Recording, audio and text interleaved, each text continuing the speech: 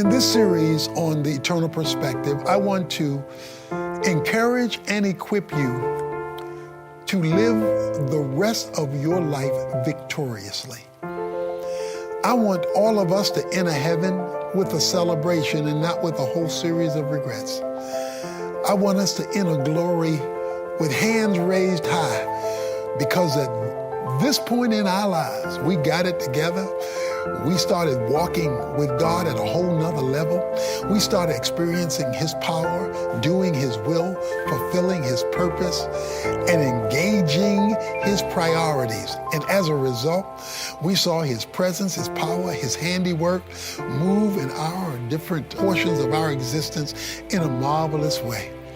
I want to give you the secret of how to have a life down here that will matter up there, because the perspective up there transformed your life and my life down here. That's why we all need an eternal perspective.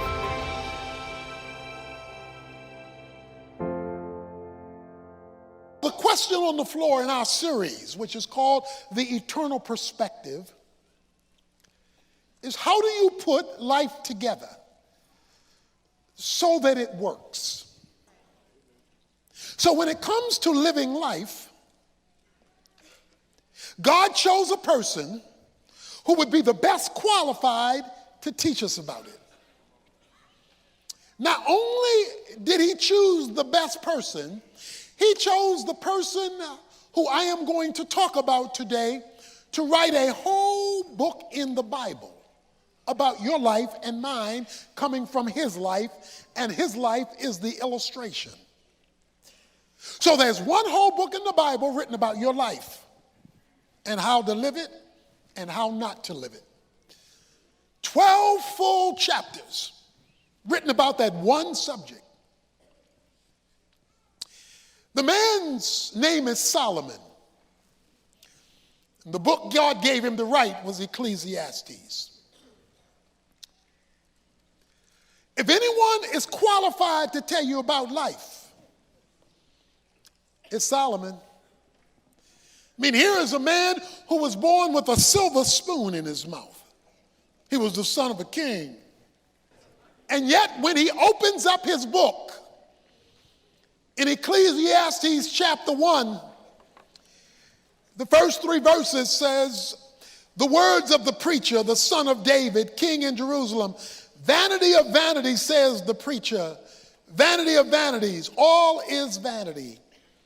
What advantage does man have in all his work which he does under the sun?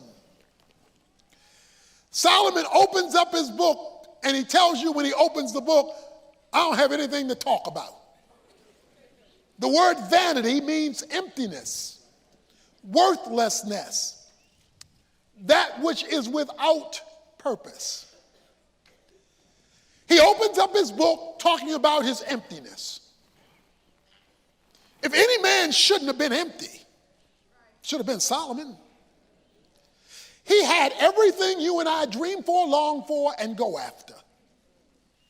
And yet his first words is vanity of vanities, saith the preacher. All of life is vanity. Emptiness, purposelessness.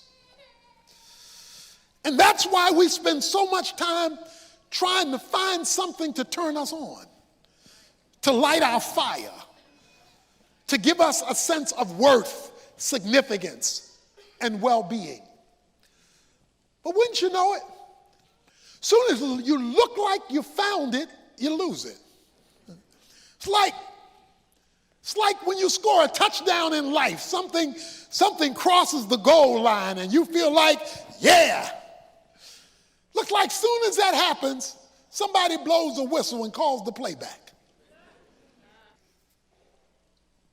So purposelessness is what Solomon wants to talk to you and me about. You know, people spend so much time trying to fake it to make it in order to at least give the impression I know who I am and what I'm doing. Life becomes meaningless and without purpose when it gets disconnected from God and eternity. The whole 12 chapters of the book of Ecclesiastes is about life under the sun. Under the sun means on earth, in time and space, where men live, work, play, raise families. That's life under the sun, where humanity operates. He says, when your life under the sun gets disconnected from life above the sun, when your life, my life, our lives, gets disconnected from God and an eternal perspective, you can expect to be able to say, as he says, vanity of vanity, saith the preacher. All is vanity. He takes us on a tour of his life. He gives us a sampling of how he tried to fill the hole that he was feeling deep down in his soul. A hole so big you could drive a Mack truck through it. And yet he wanted to get it filled. And so in chapter 2, he says, I said to myself, come now, I will test you with pleasure. He said, I'm a party. He said, I said to myself, let me test you, life. Let me find out what life is all about with a party.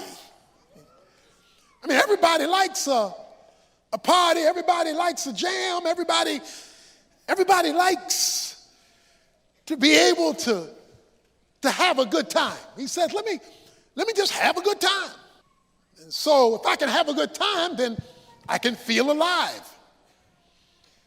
What did you do to have a good time? Because he says in verse 1, so go ahead and enjoy yourself. He says in verse 3, I explored with my mind how to stimulate my body.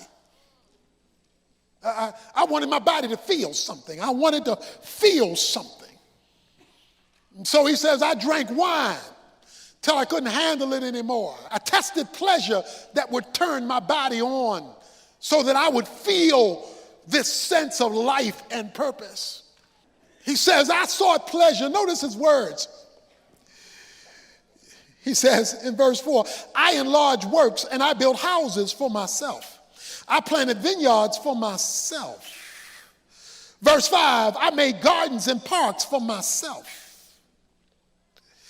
Verse 6, I made ponds of water for myself. Verse 8, I collected for myself silver and gold and treasures of kings and provinces.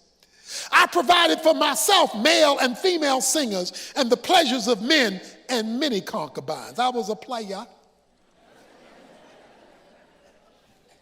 He said, and I did all this for myself because I wanted to feel it. And so I spared no expense. How did the pleasure work out for you, Solomon? How did the party work? How did the good times roll? He said, verse 11, I considered my activities which my hands had done and the labor which I had exerted, and behold, all was vanity and striving after the wind, and there was no profit underneath the sun. He said, after the party, emptiness set in again.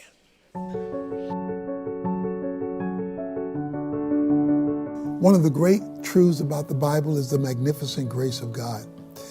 Grace is the free gift God gives to sinful people. If you are not a Christian, he offers eternal life. If you are a Christian, he offers to sustain your life. And it's all by his grace that's accessed by faith. So when you trust Jesus Christ for the forgiveness of your sin, that gives you personal salvation from the penalty of sin. But when you walk with Christ, his grace supplies you with the enablement to override the power of sin by trusting what he did to be activated for you in your life. So if you're not a Christian, come to Christ for salvation. If you are a Christian, but you've backslidden, you've fallen into sin, well, all you've got to do is come back to Christ and ask for his grace to cleanse you and get you back on the right track of walking with you to your next level of spiritual victory. He saves by grace, and he also sustains by grace when you appropriate it by faith.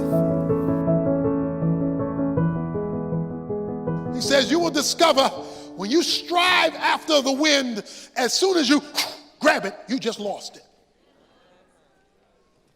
He says, it was vexing to me, and it was vanity.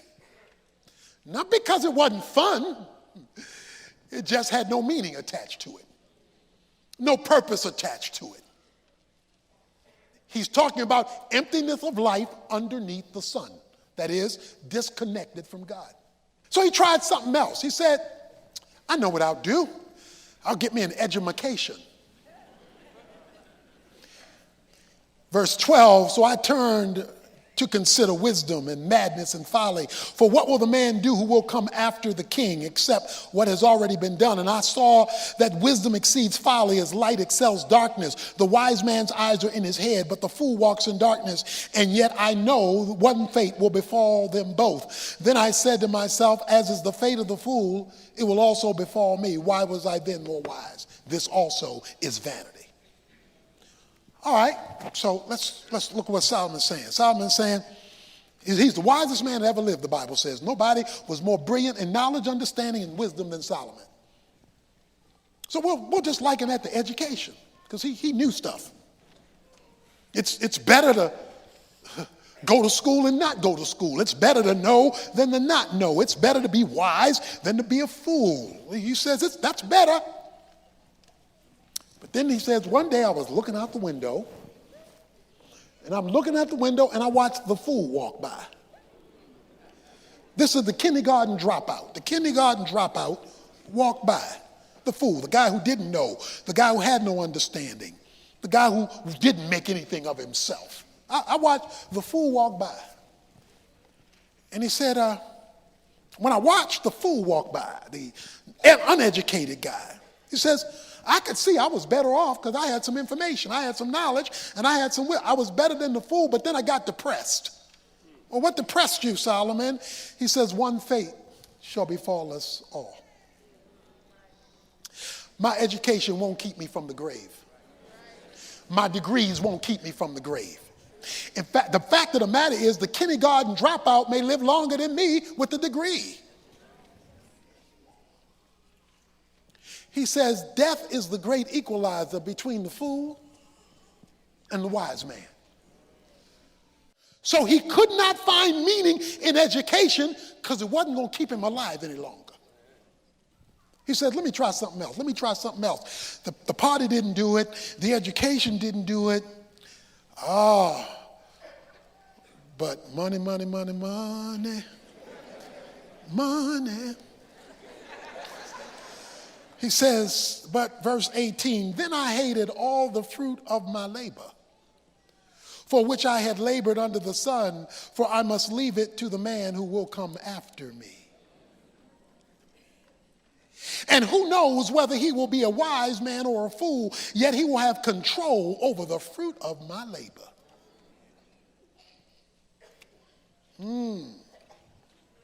The fruit of my labor, that's your money and stuff money can buy. Okay? That's the stuff you can accumulate with money. Fruit of your labor, the productivity of your life. He said, I looked at all I accomplished. He's a mega billionaire. He says, and I'm going to leave it to the one who should come after me. And who knows whether the one who comes after me is going to value it like I valued it. That leads us to probably the most famous chapter in the book of Ecclesiastes, chapter 3. There's a time for this, and there's a time for that, and there's a time for this, and there's a time for that. Time to live, a time to die, a time to plant, a time to pluck, a time to laugh, a time to cry. He goes through this in the first half of chapter 3. There's a time, a time, a time, a time, a time, a time. What is he saying? He's saying, I got bad news for you. You live, I live, we live in a closed universe. Because soon as you find out there's something to laugh about, something else is going to happen to make you cry. Soon soon as you find some peace, something else is going to break up to turn it into war. You are locked in to a closed universe, and there is no escape. That's why people are looking for ways to escape, because they're trying to break out of this closed universe, because they feel stuck and stymied in things they cannot control that makes life hold them hostage in a way that they do not want to be jailed. God, why are you doing this? Why are you doing this? Verse 9 of chapter 3, what profit is there to the worker from that which he toils? I have seen the task which God has given the sons of men with which to occupy themselves. God, why do you have me trapped in this thing called life when all I've got to look forward to is death? Oh, he helps us in verse 11. He has made everything appropriate in its time. He has also set eternity in their heart. Yet so that men will not find out the work which God has done from the beginning even to the end. I know that there is nothing better for them to rejoice and do good in one's lifetime. Moreover, that every man who eats and drinks sees good in all of his labor. It is the gift of God. I know that everything God does will remain forever, that there is nothing to add to it, and there is nothing to take from it, for God has so worked that men should fear him. God has boxed you and me in to time and space and made it so we can't break out of it, to force us to him. He has set eternity in your heart. Now, you may not know it, but that longing for fulfillment, God said, is a longing for him. That longing for purpose is a longing for him. So he has set within time and space an empty spot that we try to fill with cheap substitutes in order to find meaning that can only be discovered in him, and he did it on purpose. He set eternity in your heart so that deep down where you live with you, unless you cover it over with fake stuff, there is this hole that only he can fill. So he wants life underneath the sun to get connected with life above the sun. He wants your human life to be connected with God and eternity. And to the degree that you connect eternity to time is to the degree you change vanity into victory. But as long as you disconnect it, you're trapped in something you cannot change. You are not living in the land of the living on your way to the land of the dying. You are living in the land of the dying on your way to the land of the living. So if you think this is it, you're going to live like this is it. If you know this is not it, then you will live as though it's not it, and you will find life in that approach. God doesn't mind you having fun as long as it doesn't exclude him. He doesn't mind you. He says to enjoy life. It is a gift of God. Don't misread that. He says life is a gift of God. Let me tell you what it doesn't say. Life is God. Life is a gift from God. It's never to become God. So the moment you make life a God instead of a gift from God, you make your life an idol that competes with God. So many people live their lives as though your life is God, and God will never respect idolatry, even if the idol is yourself.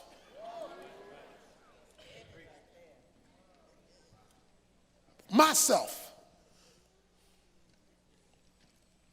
Life without God is like a needle without a thread and a pen without ink. He says, enjoy life, just don't disconnect it from me. All that's legitimate to enjoy. 1 Timothy 6 says God has given you all things to enjoy. If God has given it and God's not excluded for it, God says enjoy it, maximize it, don't disconnect it. And so he closes with the last chapter of the book, chapter 12. And for those of you under 40, I want you to pay close attention to this, you teenagers here under 40, because 40 was the generational switch in the Bible. Once you hit 40, you are now in the next generation, which means a bunch of y'all are going downhill, okay? If you're over 40, you're heading south, okay? He says in chapter 12, the book of Ecclesiastes, verse 1, remember your Creator in the days of your youth, before the evil days come and the years draw near when you will say, I have no delight in them. A lot of people want to give themselves to God when there's nothing left to give. They want to read the Bible when they can't see. They want to hear a sermon when they can't hear. They want to serve God when they can't get out of bed. Because he spends the chapter talking about body parts wearing out. He talks about eyes going dim and ears that can't hear and legs that can't walk and arms that can't grab. Now you old and you want to give yourself to God. He says, remember your Creator when you still have eyes and ears and legs and tongue and mind and strength. Remember your Creator in the days of your youth.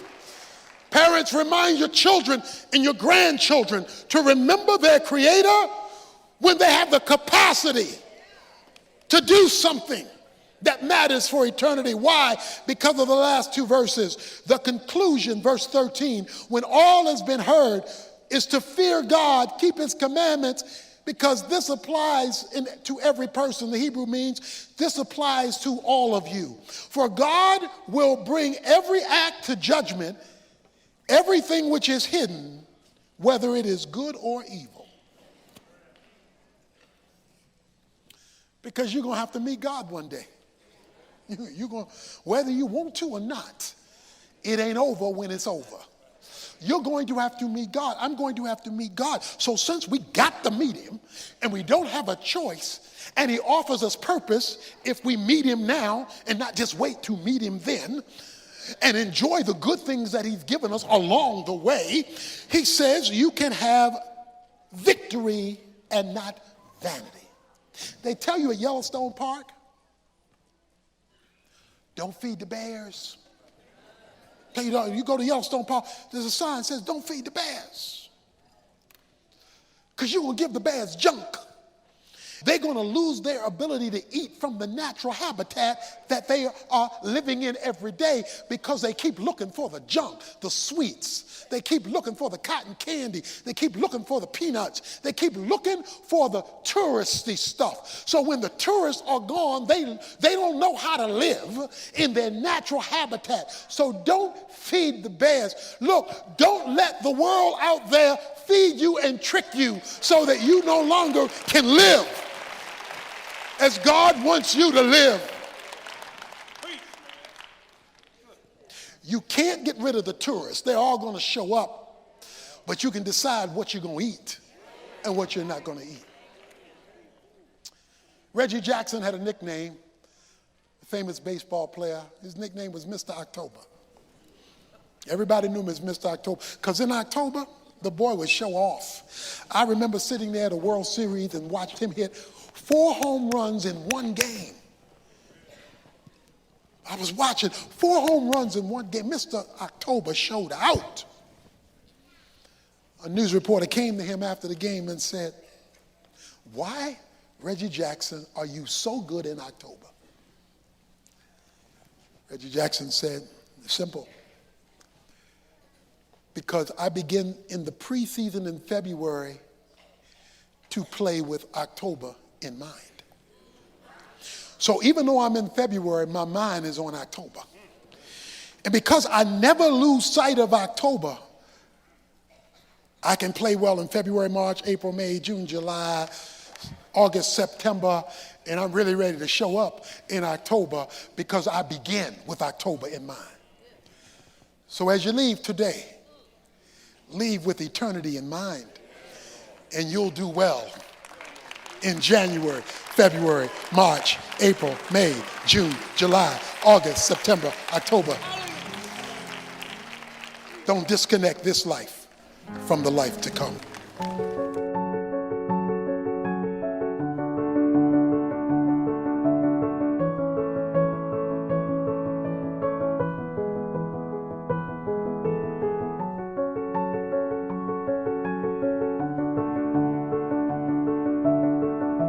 One of the things so many people are living for today, maybe I say looking for today, is purpose. The emptiness that so many people are living with has created all kinds of problems, whether it's addictions to try to cope, reality television where they transport themselves into the lives of other people, often to get away from the life that they have, where they get into illegitimate situations that are not healthy for them, whether it's relationships or whether it's programs that are not good for them, but it becomes a way of escape because they're looking for purpose. Well, it's pretty clear that God has set up life to not be able to have authentic purpose without Him. He's created this vacuum in our soul, this space that only He can fill. And no matter what you look for or where you look for it, if it is an inauthentic, illegitimate attempt to find your reason for being outside of a relationship with God, you'll be looking forever and never finding it. Because our rest, our purpose, and our reason for being is to be found in our authentic relationship with the living and true God. So I challenge you to pursue Him for your purpose, because then when He gives you purpose, you've gotten the real deal, not a cheap, inauthentic substitute. Don't settle for imitation life. Get real life. Let God fill you with His purpose, and then you will not have to exist in the realm of vanity.